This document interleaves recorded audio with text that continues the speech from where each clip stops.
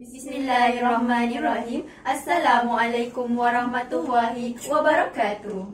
Bingkisan Barakah buat peneraju acara Saf Kehakiman Intelektual Berkarisma, rakan seperjuangan yang saya segani, serta hadirin yang jauh di mata, dekat di hati. Selamat sejahtera dan salam Malaysia Madani. Berdirinya kami di sini adalah untuk menyampaikan pidato yang bertajuk Rukun Negara Perpaduan Terpelihara. Kepercayaan kepada Tuhan, kesetiaan kepada Raja dan Negara, keluhuran perlembagaan, kedaulatan undang-undang, kesopanan dan kesusilaan. Hadirin sekalian, Rukun Negara adalah ideologi kebangsaan Malaysia yang dibentuk pada 31 Ogos 1970 oleh Majlis Gerakan Negara, iaitu setahun selepas berlakunya peristiwa tragis 13 Mei yang menghancurkan perpaduan dan ketenteraman negara. Peristiwa 13 Mei ini memberi peringatan tentang kebenaran peribahasa kalah jadi abu, menang jadi arang, kerana konflik ini merugikan semua kaum serta menjejaskan imej negara di persada antarabangsa. Peristiwa berdarah rusuhan kaum paling dahsyat di negara kita menjadi pengajaran betapa pentingnya masyarakat berbilang kaum di negara ini untuk terus bersatu padu dan hidup dalam harmoni.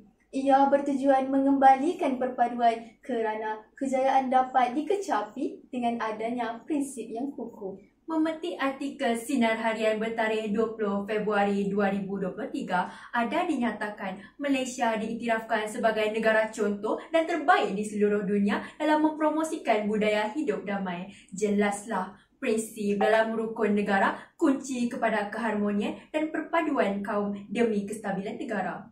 Apa gunanya rukun negara dilafazkan hanya di mulut tapi tidak dipraktikkan dalam kehidupan seharian? Maka pidato pada hari ini mengajak saudara dan saudari untuk berfikir tentang maruah rukun negara dalam dua konteks elemen besar, iaitu kepercayaan kepada Tuhan, kesetiaan kepada Raja dan Negara. Kalau beragama janganlah hanya pada pakaian, biarlah juga pada hatinya. Hadirin sekalian, cetusan idea pertama saya, kepercayaan kepada Tuhan. Menyedari kepelbagaian agama yang dianuti masyarakat di negara ini, kepercayaan kepada Tuhan dipilih sebagai prinsip pertama dalam rukun negara.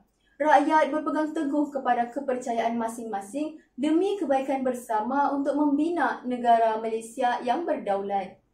Prinsip kepercayaan kepada Tuhan seharusnya melahirkan masyarakat yang berfikiran positif kerana setiap agama mengajar penganutnya melakukan perkara-perkara yang baik.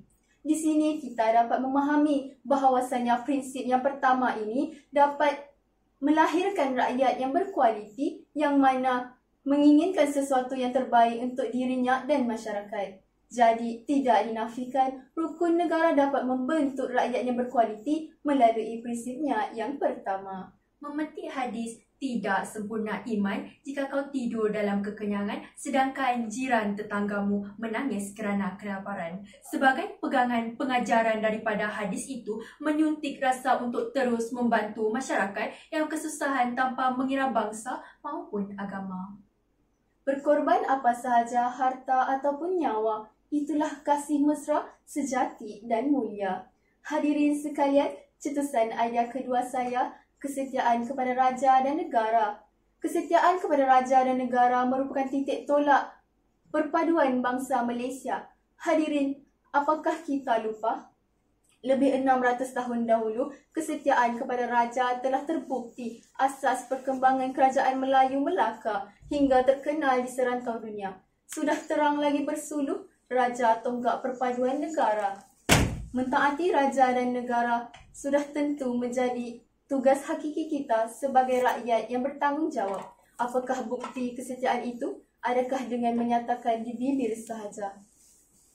Setiap negeri mempunyai lagunya yang tersendiri, yang seni katanya memuji dan menghargai raja dan negeri. Oleh sebab itu, lagu negeri harus dinyanyikan selalu sebagai tanda setia rakyat kepada pemerintahnya. Masih ingatkah lagi ketika lagu Negaraku didendangkan, dipermain-mainkan oleh sesetengah orang?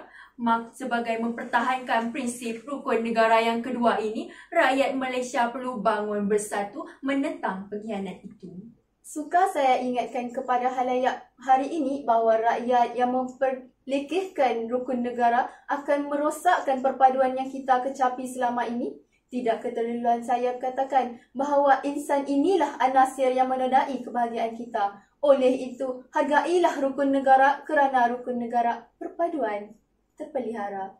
Hadirin yang disanjungi, bulat air kerana pembentung, bulat manusia kerana muafakat, yang berat sama dipikul, yang ringan sama dijinjing. Itulah perumpamaan yang menunjukkan amalan rakyat Malaysia yang berprinsip dalam memajukan negara dan membentuk rakyat yang berkualiti. Oleh itu, ayuhlah rakyat Malaysia bangkit dari lenamu, hulurkan tangan-tanganmu dan bukalah mindamu untuk menghayati prinsip-prinsip rukun negara bagi mengukuhkan perpaduan, justeru membentuk rakyat yang berkualiti dan disegani di dunia.